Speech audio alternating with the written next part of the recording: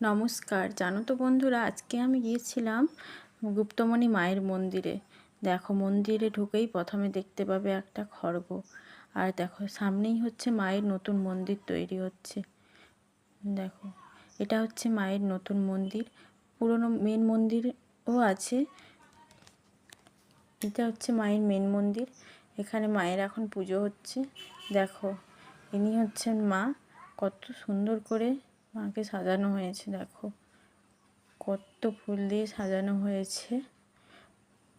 যারা এখানে পুজো দিতে চান তারা ডালা কিনে ঠাকুরমশাইকে দিলে ঠাকুরমশাই পুজো দিয়ে দেন। দেখো, যেসব ভক্তরা মায়ের জন্য ফুল বেলপাতা নিয়ে আসেন তার সবই হচ্ছে ঠাকুরমশাই মায়ের উপরে মায়েরকে দিয়ে পুজো করেন। দেখো, এটা হচ্ছে খড়গ। এখানে হচ্ছে বলি হয়। দেখো, আজকে সকালেই বলি হয়েছে, কত রক্ত পড়ে আছে।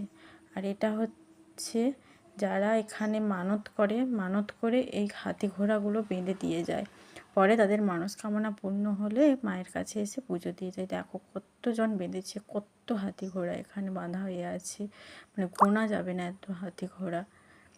দেখো, পুরো গাছটাতে পুরো ভরে গেছে। আর এটা হচ্ছে মায়ের ভোগশালা। যারা পুজো দিতে চান তারা এখান থেকে ভোগ সংগ্রহ করতে পারেন। নমস্কার।